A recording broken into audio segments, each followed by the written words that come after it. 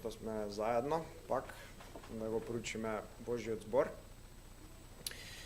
Денеска ќе се вратиме на книгата на Ефесијаните и тоа ќе го обработиме 8-миот стих, тоест дел од 7-миот, крајот на 7-миот стих и 8-миот.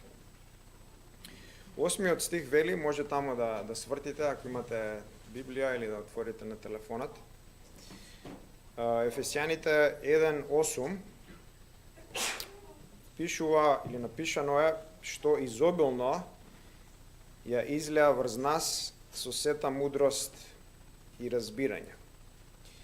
Тоа што е изобилно излеано е богатството на неговата благодат. Тоа го гледаме од 7-миот стих. Значи ќе се фокусираме денес на делот 7-миот и 8-миот стих. Чисто да се подсетиме, предходните два пати разговаравме за 7-миот стих и 7-миот стих ја ќе го прочитам. Павле вика, во кого се работи за Христос, имаме откуп преку неговата крв, простување на гревовите според богатството на неговата благодат.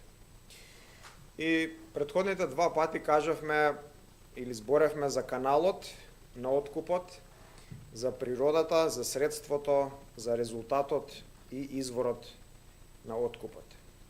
Кажавме дека изворот на откупот или од кај доаѓа откупот е богатството на неговата благодат.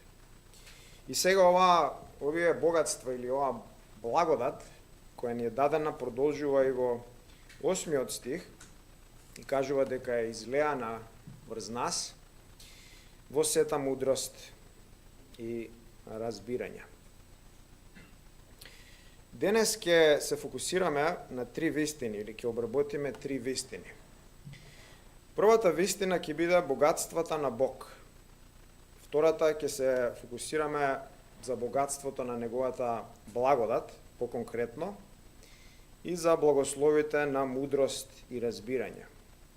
Ќе збориме за вредноста на мудроста, за видови на мудрост и разбирање, ќе дефинираме што е мудрост и разбирање, природата на мудроста и разбирањето и ќе завршиме со комплетноста на мудроста. Значи тоа е планот за денеска. Да почнеме со првата вистина, богатствата на Бог. Кажавме предходниот пат дека богатствата на Бог се енормни, се без граница, се бескрајни, се неверојатни, се масивни. Тие немаат бариера и немаат ограничување. И богатствата на Бог се изворот преку кои ни се дадени енормни благослови. Знаеме дека Бог е креаторот на се материјално и физички. Тој создава се од ништо и се е негово. Тој поседува се. Што и да замислиме материјално и физички е негово. Сите диаманти, злато, сребро, платина, сите руди, сите поседи, цела земја, што и да најдеме на земјата, дрва, растенија, инсекти, птици, па и над земјата, планети, звезди, галаксии, така натака, се е негово. Бог вика во Псалм 50:10, зар имам јас потреба од твоите жртви? Се е мое, сите горски ѕверови и добитокот по горите. Бог вика се е мое, сите материјални и физички субјекти се негови. Бог е енормно богат. Се поседува, него ништо не му недостасува. Исто така Бог ги поседува сите работи постојано. Постојано се негови, од нивното создавање, од нивниот почеток, па се до денес и до нивното завршување. За разлика од човекот во суштина ништо не поседува. Не е ништо негово. Тоа е привремено на земјата и нешто има кратко време. дали земја, дали куќа, дали стан, дали кола, дали некој накид. Тие работи или му се наследени, или ги заработил во текот на својот живот. И потоа, сите работи ги остава. Или ги губи во текот на својот живот, или некој друг му ги зима, или ги остава на некој друг, како наследство. Негово е за кратко, после неговата смрт не е веќе. И човекот во суштина ништо не поседува, ништо нема свое. Тука е како патник. Но Бог ги поседува сите работи и тоа постојано. Постојано се негови. Бог е енормно богат. Згора на тоа, не само што Бог ги поседува сите работи, и тоа постојано се негови, туку тој преку неговите богатства ги одржува сите работи во битие и во живот. Од своите ризници и складишта и богатства ги напојува и им дава енергија на сите работи секој ден, секој саат, секоја минута, секоја секунда. Целата креација и целиот универзум зависи за своето постоење и битие од богатствата на Бог. Бог ги напојува, ги оживува сите работи. Бог му дава сила и здив на секој човек и возможува тој да мрда, да дише, да се движи и да живее. Замислете колкаво богатство и ризници и складишта се потребни да се напојува целата креација цело време, секоја секунда постојано. Бог е енормно богат. Да преминеме во духовната или нематеријалната сфера. Бог ги поседува сите ангели и сите главни ангели. Тие се негови, тој ги создал. Сите воинства, како ги нарекува Библијата, и сите небесни кнезови. Бог ги поседува сите души на сите луѓе.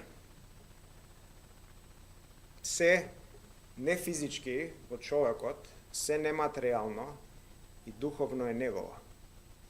И колку е повредна и подрагоцена или побогата душата од човекот и неговото тело и се што тој поседува, е многу повредна, е многу побогата, бидејќи душата е вечна.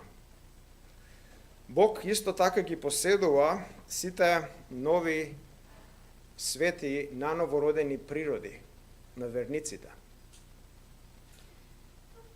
И тие им се дадени на нив од Бог, но се негови. Тој ги поседува и му се дадени на секој човек кој ќе дојде до Бог, дојде до Христос од почетокот па се до денес. И плюс сите овие нови природи кои ни се дадени како верници, и им се дадени на сите верници во човековата историја, исто така треба да се одржуваат во битие и во живот. Бог е тој кој секој ден од своите големи ризници и складишта и богатства ги напојува сите нови природи на сите верници во светот. Колку голема сила, енергија и богатство се потребни да се дадат на една нановородена душа таа да живее. Ние мислиме, ние ги чуваме нашите души или нашите нановородени природи, но не ги чуваме.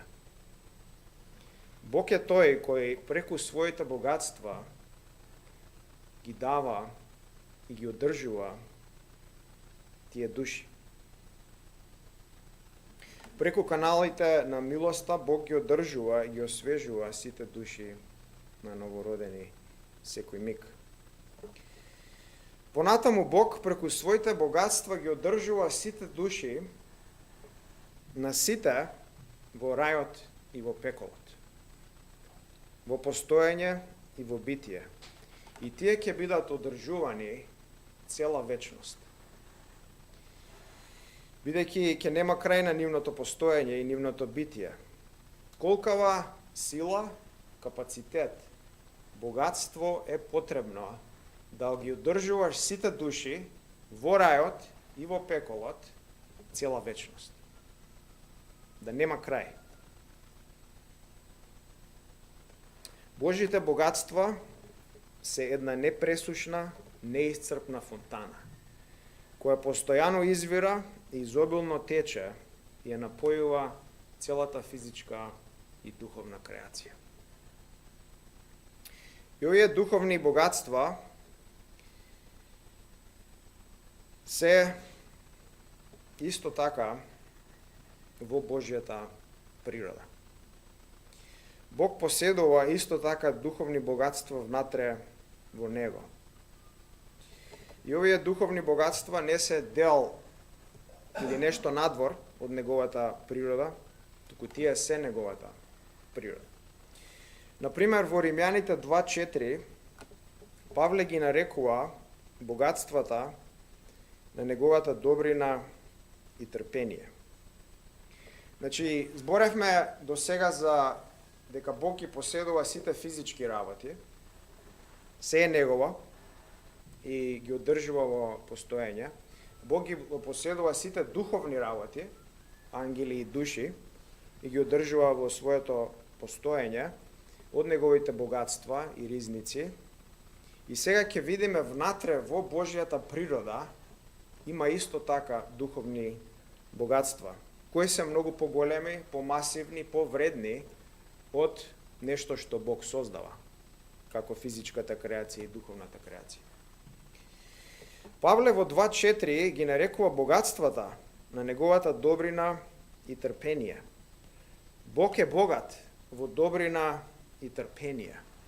Тоа е енормно, неизмерно, неисцрпно, неограничено богат во добрина и трпение.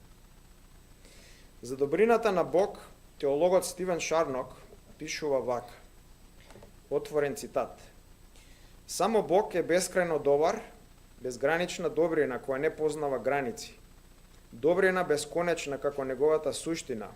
Не само добра, туку и најдобра. Не само доброто, туку и самата добрина. Врховна, незамислива добрина. Сите нешта се само мали честичи, Божји, мали искри од овој огромен пламен, капки добрина на оваа фонтана. Сите можни суштества не се способни да го исцрпат богатството и драгоценностите со кои е исполнет божествениот раскош. Затворен цитат. У Римјаните 11.33 Павле извикува о длабочино на Божјото богатство, мудрост и знаење. Колку се длабоки Божјата мудрост и Божјото знаење. Колку се богати, колку се масивни, колку се тешки. Нема фаќање на нив. Тие се безгранични. Во Колосјаните 2.3 Исус и во него, пишува Павле, се скриени сите ризници на мудроста и знаењето. Сите богатства на мудроста и знаењето.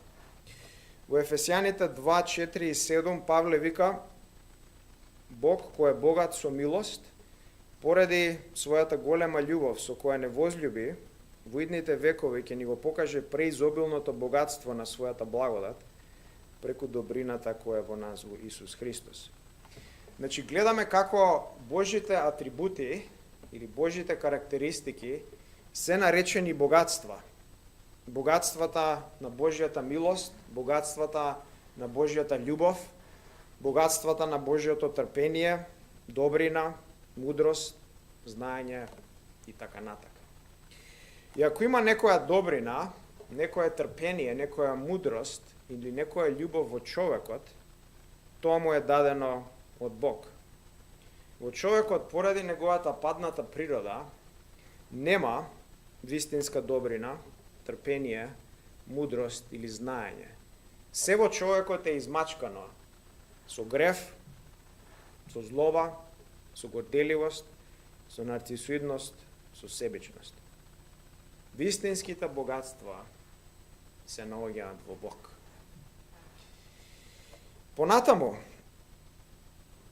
не само што индивидуалните карактеристики или атрибути на Бог се богатства, или како што кажавме, неговата мудрост, неговата милост, неговата моќ, трпение и добрина, туку Бог во својата природа е заедница, е плуралност.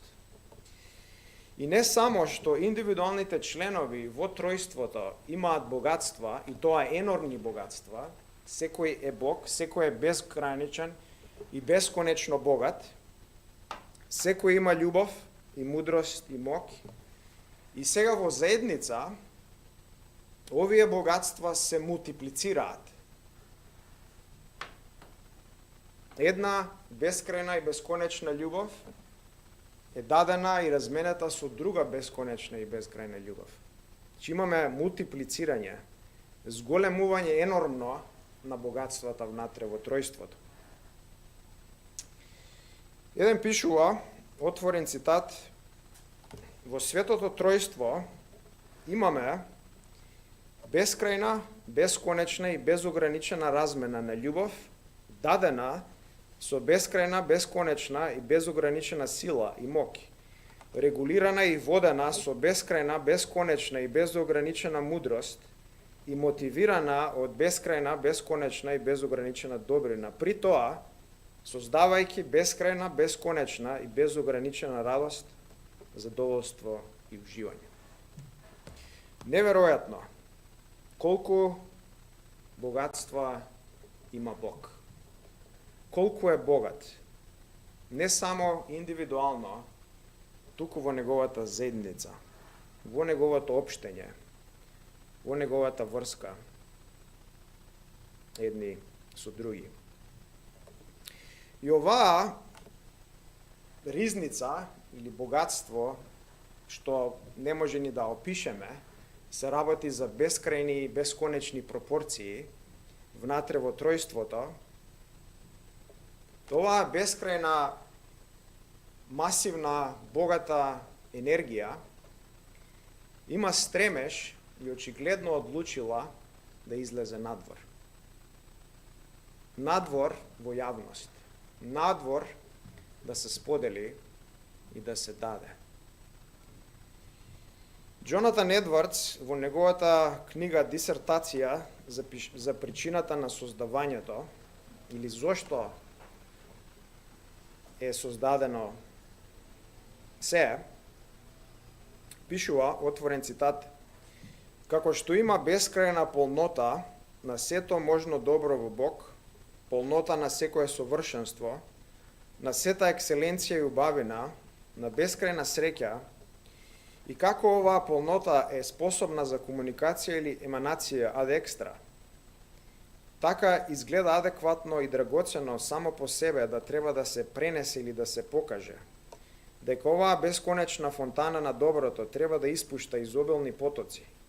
Оваа бесконечна фонтана на светлина треба, распространувајќи ја својата одлична полнота, да излее светлина наоколу. Затворен цитат.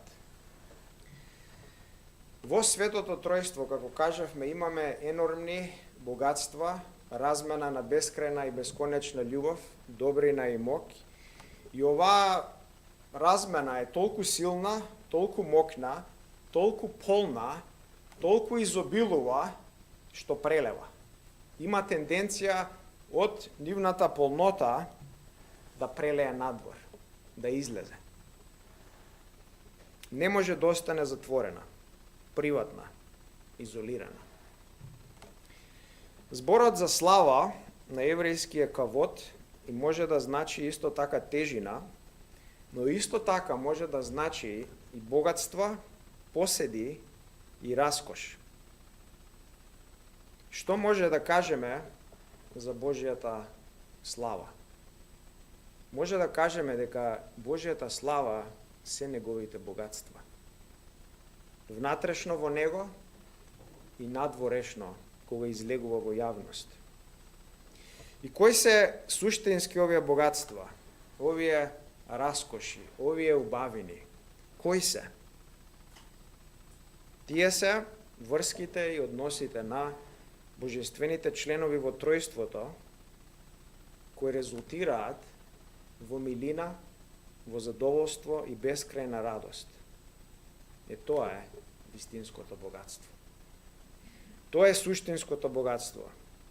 Кога имаме бескрајна и бесконечна љубов разменета, бескрајна и бесконечна мудрост и љубов и добрина разменети, и тоа кога излегува надвор е богатство. Е вистинското богатство. Во Матеј 17 глава 5 стих таткото за синот вика: овој е мојот возљубен син, во кого ми е милината. Во него таткото вика е мојата милина, е моето задоволство, мојата врвна радост. Кога таткото го гледа синот, гледа врвна и бескрајна љубов, добрина и мудрост. Ги гледа своите атрибути или своите екселенции, своите совршенства рефлектирани во синот, и тој ужива. Тој му е неговата врвна радост. Хрман Бавеник, теологот, во Доктрината на Бог пишува, отворен цитат: Бог прави се со поглед кон себе си, бидејќи не може да се одмори во ништо помалку од себе си. Бидејќи тој во себе е апсолутно добар, совршен, тој не може и не би можел да сака ништо друго освен со поглед кон себе си. Тој не може и не би можел да е задоволен со ништо помалку од апсолутно совршенство. Кога ги сака другите, тој се сака себе си во нив, собствените доблести, дела, дарови. Затворен цитат. Таткото вика за синот: ова е мојот возљубен син, во него е моето задоволство, милина и врвна радост. Кога таткото го гледа синот, како Бог човек, зима исто така енормно задоволство. Не само пред Христос да земе тело, туку и после тоа.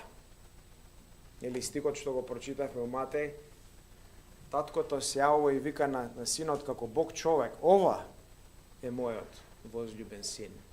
Во него сега е мојата милина.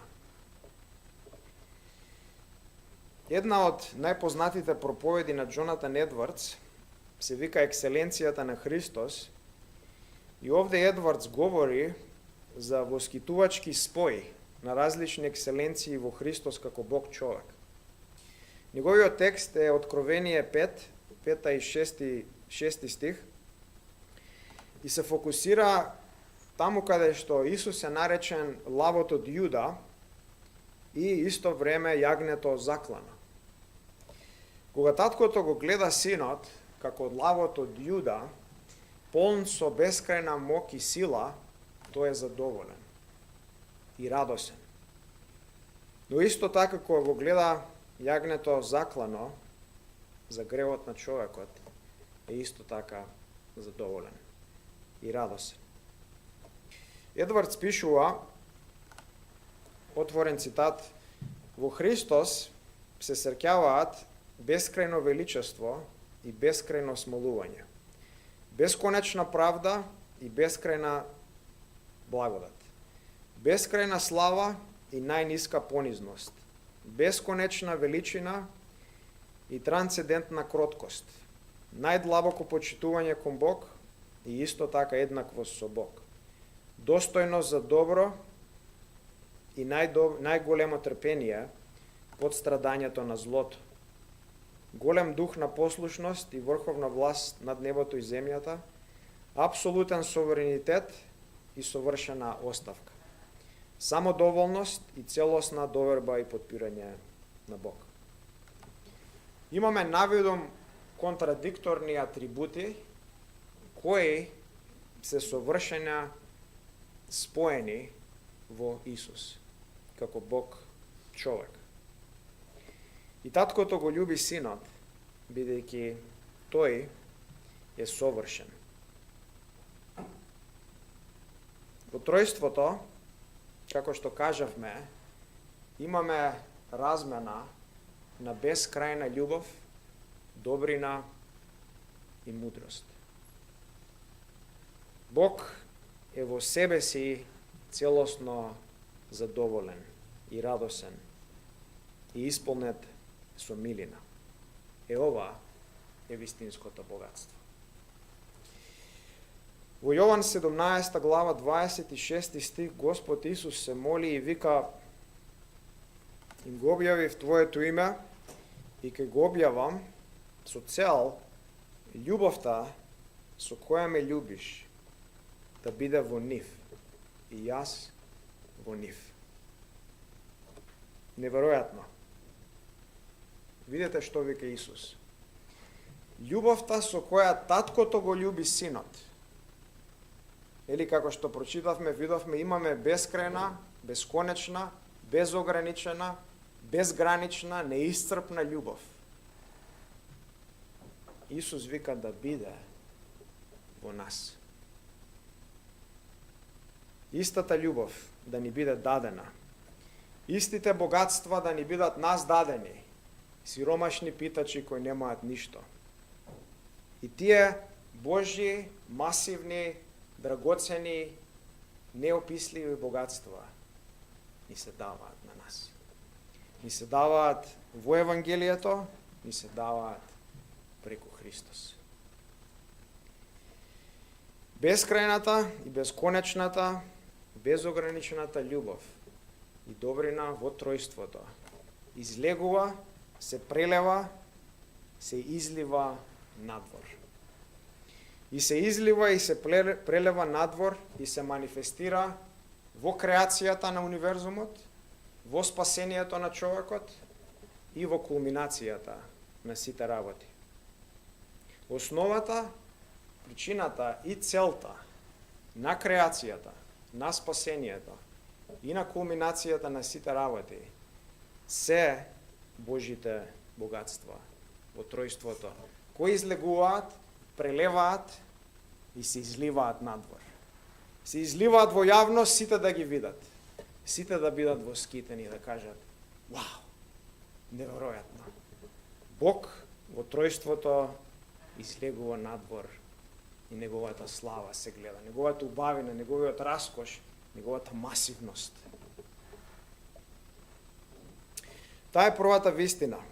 Богатството на Бог.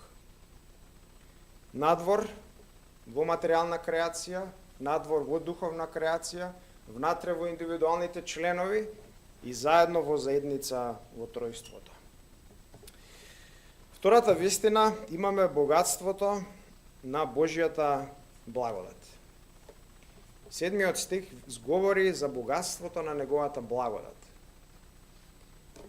Значи имаме нешто конкретно. Од богатствата општо на Бог излегува богатството на неговата благодат. Во Божјата природа имаме есенционални или суштински атрибути или карактеристики и неесенционални или несуштински атрибути или карактеристики. И овде се прави дистинкција во корелација или во паралела со креацијата или со човекот. Не во корелација или паралела со самото битие на Бог. Атрибутите како, например, Божјата добрина, мудрост, мок и љубов се есенционални и суштински, а атрибутите како Божјото трпение, гнев, лутина, милост и благодат се неесенционални или несуштински атрибути или карактеристики. И сега благодата, која е несуштински атрибут, излегува од или произлегува од неговата добрина. Бог како добар, кога гледа гнасни, бедни, недуховно, недостојни грешници, од неговата добрина произлегува благодат. Слабоста и недостојноста на грешникот генерира од Божјата добрина благодат. Знаеме дека благодата е поклон, е дар, е подарок кој ни е даден од добрината на Бог. И во никој случај не произлегува и не ни е дадена поради нашата добрина и заслуги. Човекот нема никаква добрина. Туку е полн со гуша до гуша, со гревови и злоба. И нема ништо освен незаслуги, недостојност, грешки и гревови. И благодата се разликува од милоста во тоа што се издига или оди над милоста и не само што ја бриша казната за гревот, и гревот го бриша, го покрива и го елиминира, што грешникот го ја заслужува, туку дава многу плюс други благослови на грешникот. Богатството на неговата благодат е изобилно излеано врз нас. Тој што го излева очигледно Бог. Зборот изобилно излеано во 8 стих, сега ќе преминеме на стихот, изобилно излеано е еден збор во оригиналниот и значи да се даде над, да изобилува или да прелее. Чаша од толку што е полна прелева. Излегува надвор, не може да се задржи у чашата тоа што се става. Излегува, прелева, се растекува насекаде. Толку е во изобилие дадено.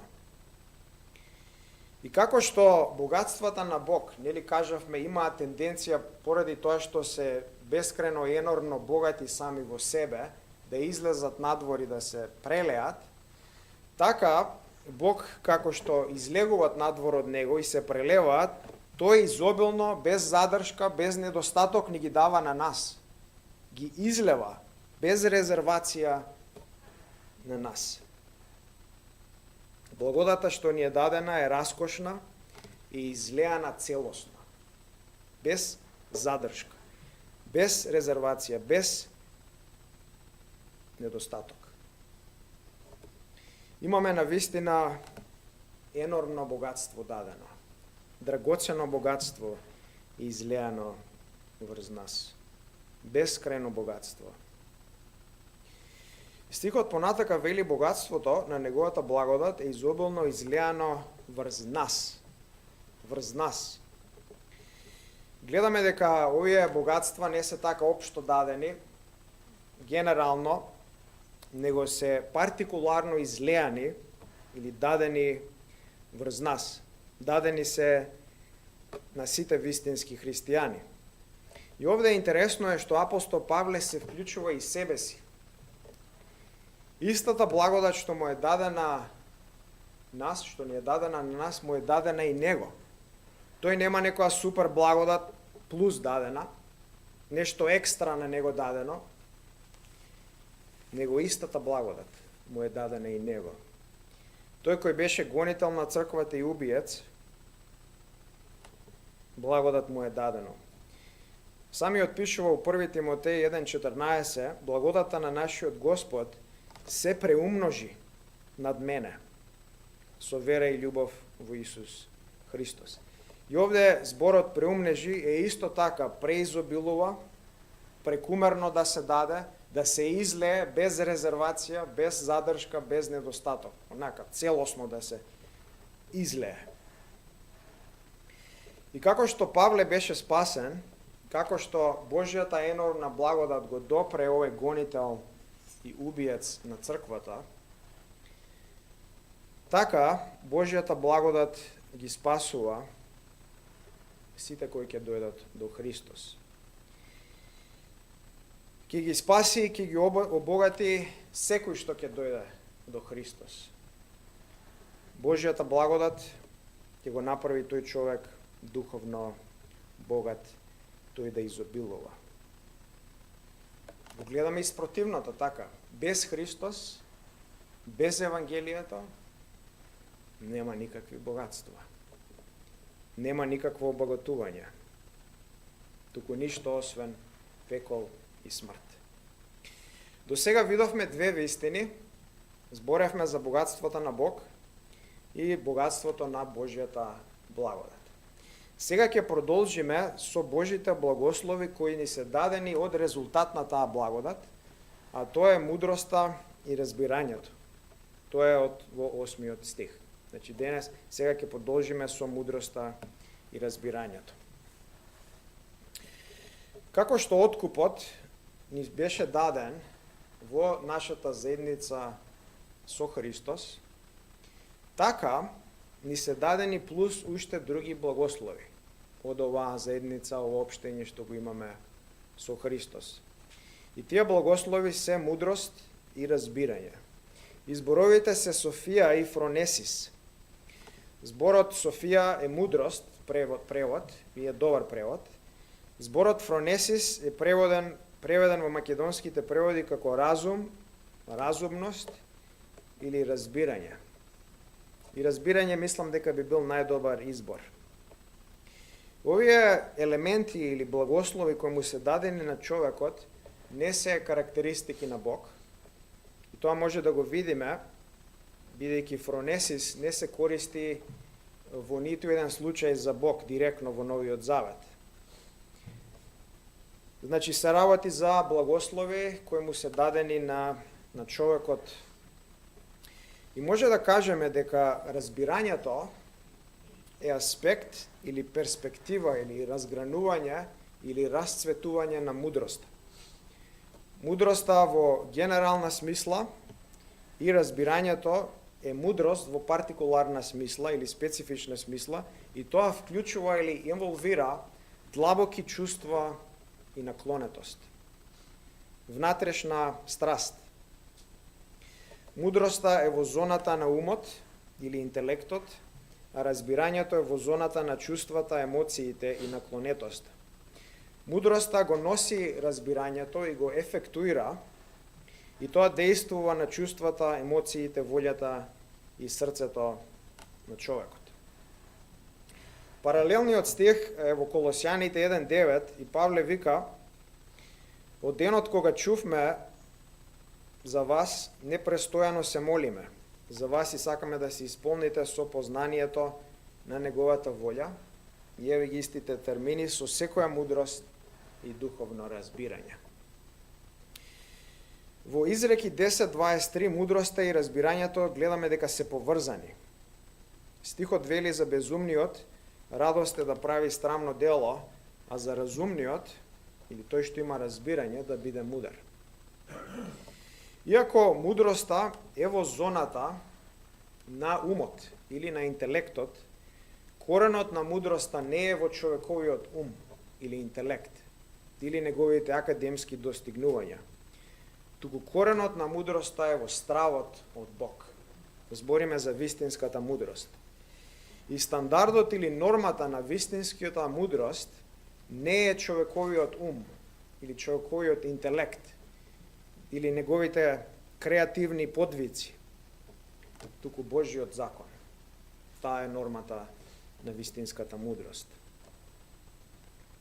Книгата на поговорки, пословици или изреки на Соломон, или претежно ја пишува Соломон, говори за вредноста на мудрост. Кажува дека мудроста, збориме за вистинската мудрост, е повредна од злато, од сребро, од бисери, од диаманти. Нема ништо земно драгоцено што може да се спореди со мудроста. Таа е врвна. Таа е најдрагоценото нешто што може човекот да го земе. Таа носи долг и безбеден живот од зло. Мудроста носи чест и задоволство и мир. Во 3 глава од поговорки е наречена дрво на животот. Мудроста го трга стравот и носи одмор и добар сон. Возможува на човекот да прави добро на другите и му кажува како тоа да го прави. Мудроста носи заштита од злобен човек, од неморална жена и од лошо друштво кое наведува на грев. Преку мудрост човекот оди во светлина и ги гледа и ги разбира работите во нивната реалност, без конфузија, без магла, без нејаснотија. Преку мудрост царевите царуваат и началниците делат правда, преку мудрост кнезовите кнезуваат и големците и сите земни судии, кажува во Изреки 8, 15 и 16. Мудроста е толку вредна, толку мокна, толку драгоцена, толку посебна, што кажува да дури и Бог преку мудрост ја создаде целата креација.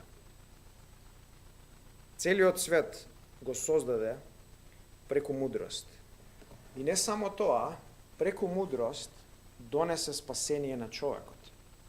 Најде начин преку мудрост во оваа џунгла на безнадежност да отвори пат до рајот. Преку мудрост. Преку мудрост Бог ги води, ги оркестрира и ги движи сите работи во овој свет. Сите луѓе, сите физички ентитети и нефизички ентитети. Од почетокот па се до крајот и нивната кулминација. Мудроста на Бог е откриена во крстот на Христос. Мудроста е откриена во Христос, кој е наречен мудрост, и е откриена во и преку црквата. Мудроста не е нешто посебно, одделено од Бог, некоја абстрактна идеја или форма која Бог треба да се подчини и треба да ја земе и да действува со неа, туку мудроста е дел од неговата природа. Мудроста е дел од неговото битие, од неговата личност. Тој е мудроста. Сега имаме различни видови на мудрост. Мудроста да е вредна, е драгоцена, но не е една. Имаме мудрост исто така, која е демонска, која е земна и која е недуховна. Има мудрост која носи раздори, кавги и расколи.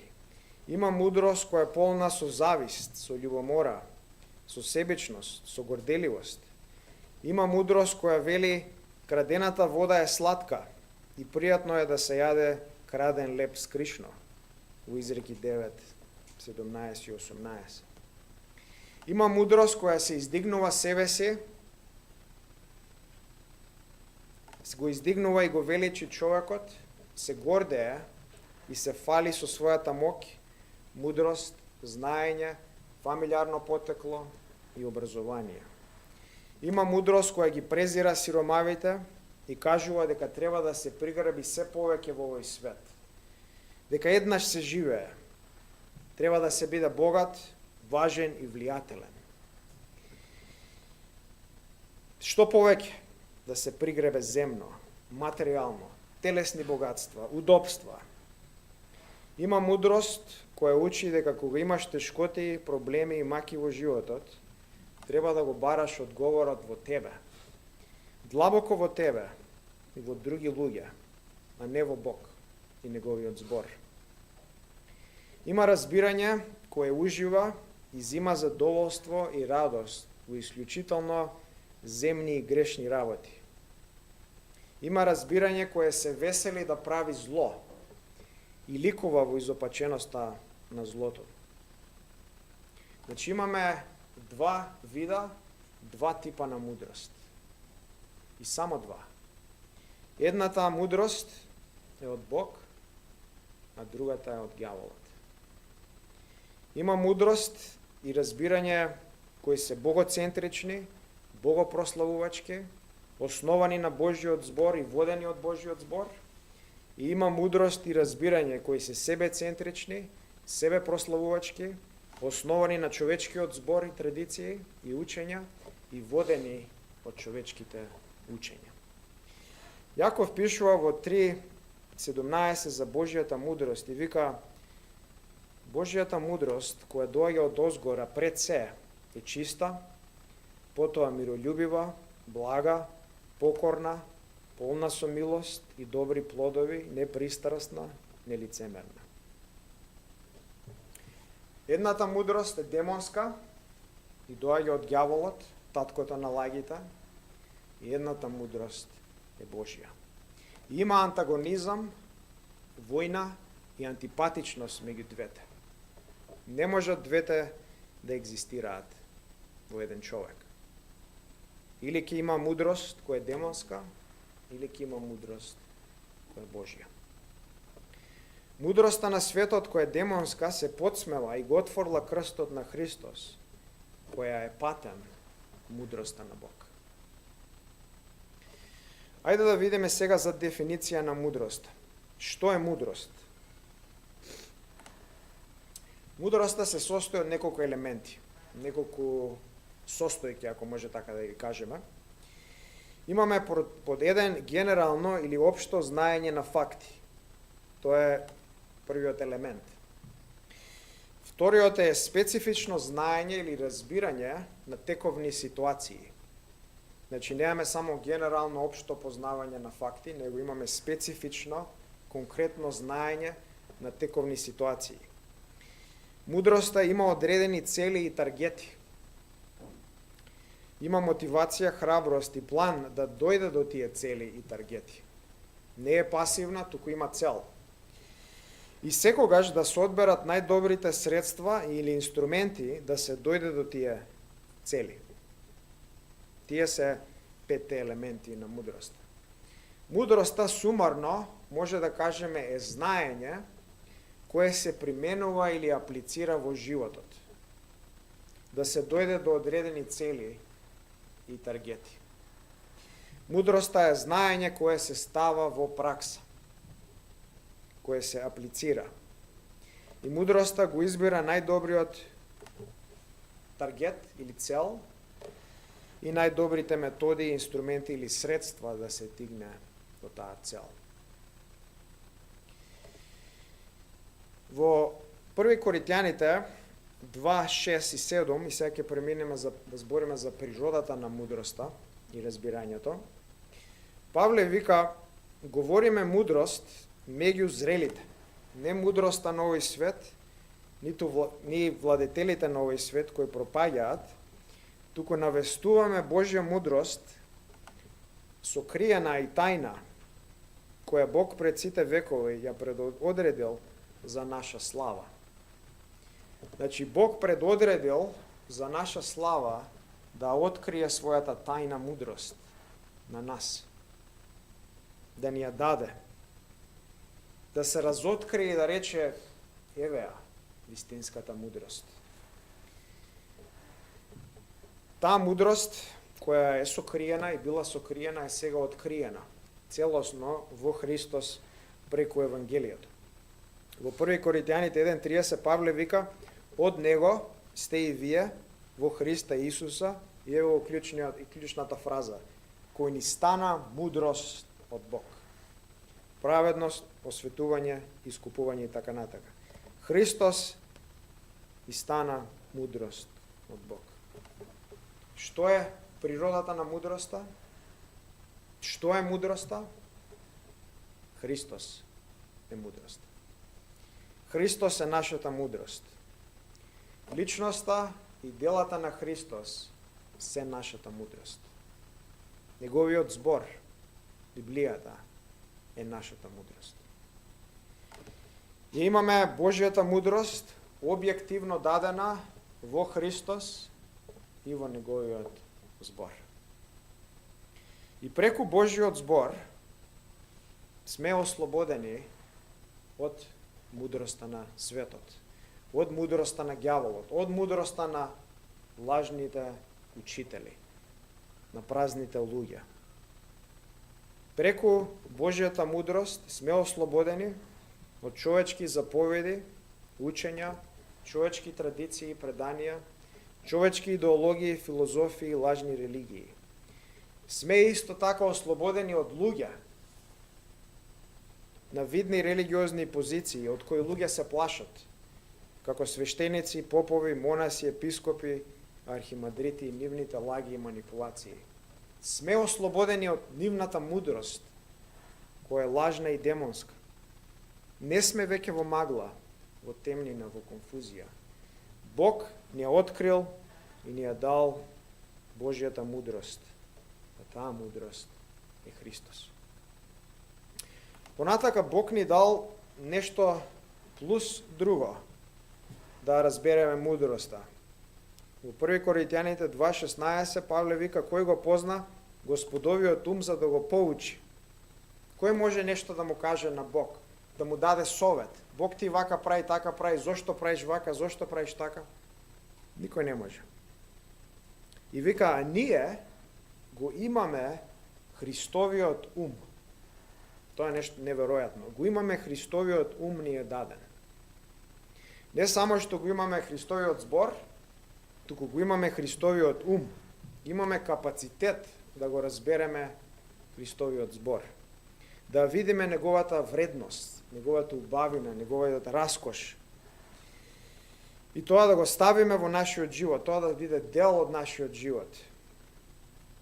Имаме капацитет да размислуваме како Божиот син, да збориме како него, да се однесуваме, да живееме како него. Не сме замрзнати и ладни интелектуалци, туку вистинската мудрост ни го потикнува разбирањето и ни создава динамика и страст во душата. Нашите чувства, емоции и наклонетост се ефектуирани. Имаме голема страст и пасија за Божиот збор, чувства и емоции за Христос. Не сме ладни и мртви. Кога тој е почитуван и издигнат, нас ни е драго. Ние се радуваме, но кога тој не е почитуван и е презрен, тоа длабоко не боли. Длабоко не погодува. Навредите кои паѓаат врз Христос, паѓаат врз нас. Нас не боли кога Христос е атакуван. Имаме омраза, антагонизам, антипатичност, непријателство и војна и одвратност кон се што е грешно. Се што е против Евангелието, се што е против Христос. Разумност и разбирање ни се дадени, кои преку нив тоа да генерира гнасност од се што е спротивно на Божиот збор и на неговите учења. Значи, генерално, сумарно, имаме знаење. Бог ни ги дал неговите планови, неговата мудрост, неговиот светоглед. Знаеме како Бог действува во светот и што прави, кои се неговите цели. Имаме специфично и конкретно знаење на разбирање на тековни ситуации, кога ќе го примениме Божиот збор во животот. И највисоката цел на мудроста е слава на Христос. Тоа е таргетот, тоа е врвот, тоа е кулминацијата, тоа е апексот. Целта на мудроста е слава на Христос. И до најголемата цел, највисоката цел, доаѓаме преку најдобрите мудри средства, а тоа е покорство на Божиот збор во мислите, зборовите, односите и делата. Понатака стихот вели: богатството на неговата благодат е изобилно излеано врз нас во сета мудрост и разбирање. Во сета. Сета мудрост и разбирање ни се дадени. Сета. Ништо не ни фали, ништо не ни недостига. Се ни е дадено. Сета мудрост и разбирање. Плюс ништо не ни треба. Божијата мудрост ни е дадена во Христос и во неговиот збор и ништо плюс не ни треба.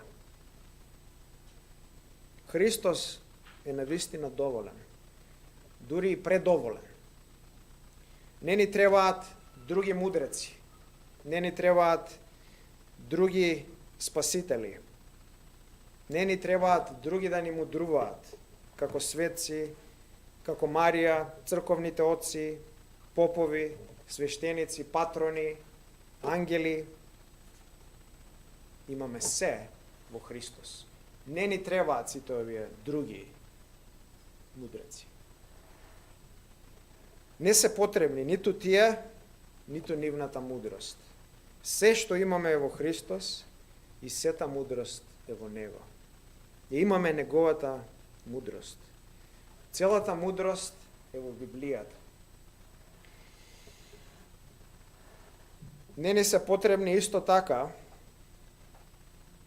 мудростите на екуменски собери, црковни канони, литургии, служби и човечки конфесии. Нивната мудрост, ако ја споредиме со врвната, бескрајна, бесконечна мудрост на Божиот збор, на Христос, се една голема нула. Вечната и неисцрпна мудрост ни е дадена во Библијата. И сите теолошки формулации, сите мудрости на екуменски собери, црковни канони, литургии, служби, човечки конфесии, треба да се тестираат и еволуираат и анализираат преку врвната и вечна Божја мудрост, а тоа е Божиот збор. Се е тоа другото не толку важно. Најважно е Библијата и Христос. Сета мудрост и разбирање ни се дадени во неговиот збор. Не ни фали ништо друго. Не треба да одиме да трчаме да бараме нешто плюс. Кој имаме Христос и неговиот збор. Имаш се во Христос. Се во неговиот збор.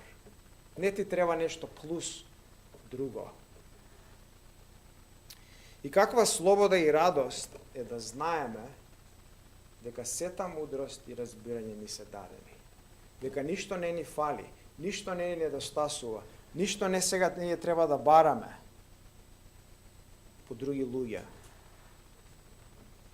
Туку се имаме во Христос. Бог не оставил да ни фали нешто. Сумираме, во оваа проповед видовме три вистини. Зборевме за богатствата на Бог, кажавме дека неговите богатства се енормни, се масивни, се неописливи, надвор од себе во креацијата и внатрешно во својата природа и во врските во Светото Тројство. И дека богатството на неговата благодат конкретно ни се дава, таа е втората вистина, што ја видовме, и од богатството на неговата благодат ни се даваат благословите на мудрост и разбирање. Зборевме за вредноста на мудроста, за видови на мудрост и разбирање, дефиниравме што е мудрост, што е природата на мудрост и разбирањето кои ни се дадени и комплетноста на мудрост. Дека се што ни треба ни е дадено. И сега ќе примениме на примена, ќе збориме за три примени од овој текст. Првата примена ќе биде радост. Радост. Господ Исус кажува во Јован 15 глава 11 стих: ова ви го реков, вика Исус, за да биде мојата радост во вас и вашата радост да биде полна. Кога ќе размислиме подлабоко за овој стих, Исусовата радост која доаѓа од бесконечните, бескрајните, безограничените размени на љубов и добрина во Светото Тројство да биде наша. Таа да ни се даде. Од енормните, неисцрпни богатства на Бог, нас ни се дава радост. Од неговите богатства на вистина нашата чаша прелева. Бориме бесконечни богатства ни се дадени. Не може да ги абсорбираме. Ни треба цела вечност да ги абсорбираме овие богатства. И од овие богатства на мудрост и разбирање доаѓа радост. Вистинската мудрост и разбирање носи голема радост. Нешто што може да се прашаш е дали твојата душа е полна со радост. Кога гледаш Христос и што Христос направил за тебе, кога гледаш каква мудрост ти дал, какво разбирање, дека ти го дал неговиот збор, дека ти го дал неговиот ум, дека сета мудрост и разбирање ти се дадени, дека си ослободен од сите човечки манипулации, лаги, сета демонска мудрост. Сега знаеш што е вистина, што не. Дали тоа генерира радост од твојата душа? Дали си среќен што имаш Христовата радост и таа радост никој не може да ти ја земе? Или твојата душа е згужвана и празна? Твојата душа нема радост таму, нема благодарност, туку постојано незадоволство, постојано жалење, постојана тага, постојано кукење, постојано се нешто не ти чини. Си го изгубил фокусот. Ако тоа е вистина, ако во твојата душа нема радост и благодарност, си го изгубил фокусот. И одговорот е Бог.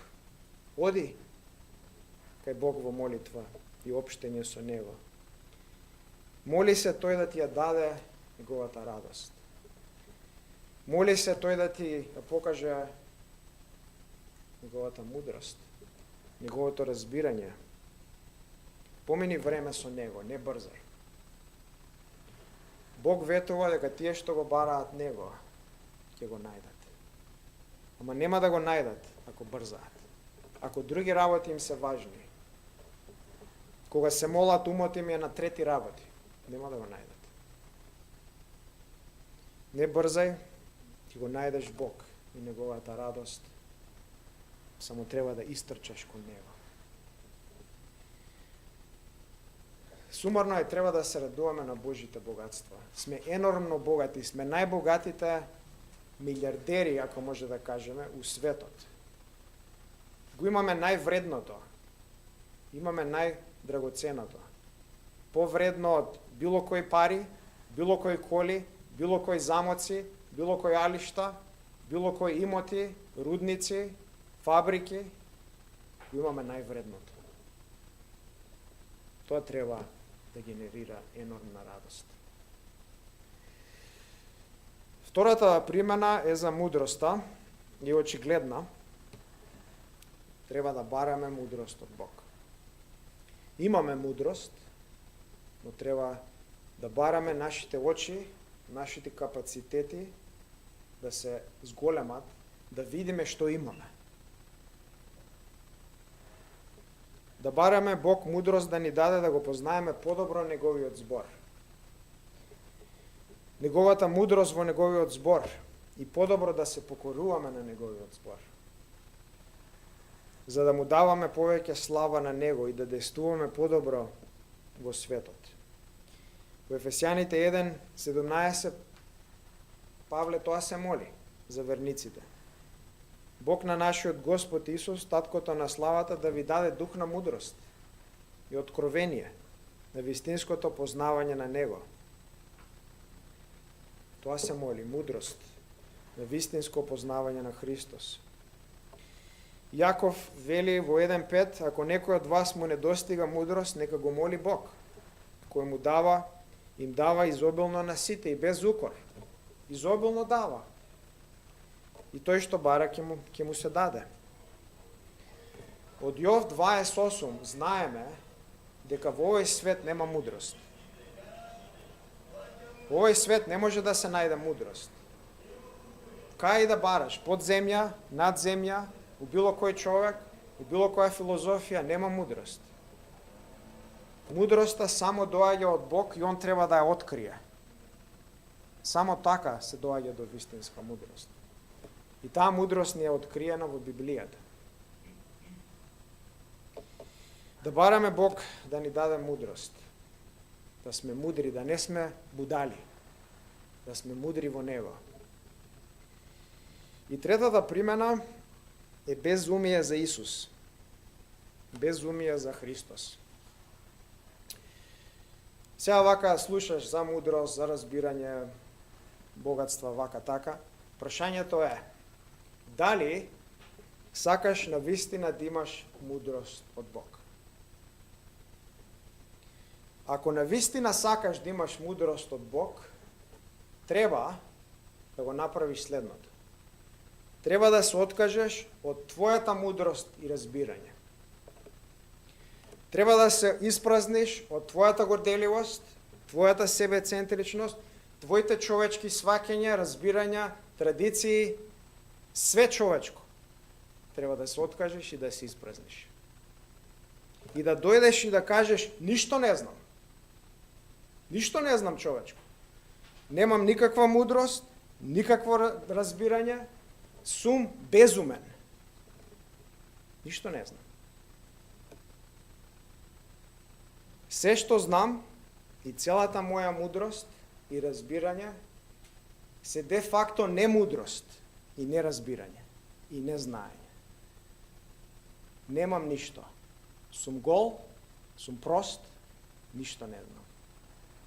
Само тогаш ќе дознаеш Божјата мудрост.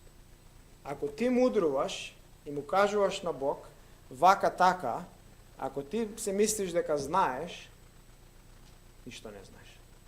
Не си дошол до Божјата мудрост. Зашто Божјата мудрост се дава на безумени, на тие што сватиле дека ништо не знаат. Тие што дошле пред нозете на Исус и сакаат да бидат поучени, сакаат да слушнат Божјата мудрост. Не му даваат своји идеи, своји размислувања на Исус. Возлюбени, ние немаме мудрост, немаме разбирање. Сето човечка мудрост и разбирање се нула. И плюс, не само што е нула, туку е демонска. Човекот е отруен од демонската мудрост, од почетокот. И тој отров тече и низ нашите вени. И ако сакаме да се дознаеме Божјата мудрост, треба да се испразниме од нашето. Треба да дознаеме и да кажеме дека целото наше образование, сите наши дипломи, сите наши докторати, сите наши академски титули се едно големо ништо. Зошто? Зашто преку нив не го познавме Бог. Преку нив не дојдовме да го познаеме Исус подобро. Туку впрочем тие ме оддалечи од Него и од Неговата мудрост. Во 1 Коринтијаните 1:20 Павле вика, каде е мудрецот, каде е книжевникот, каде е академикот, каде е истражувачот на овој свет, каде е тој со 3 доктората? Нели ја претвори Бог мудроста на светот во безумие? Што учат врвните професори по универзитетите? Ја учат Божјата мудрост? Не. Учат демонска мудрост. Учат лаги.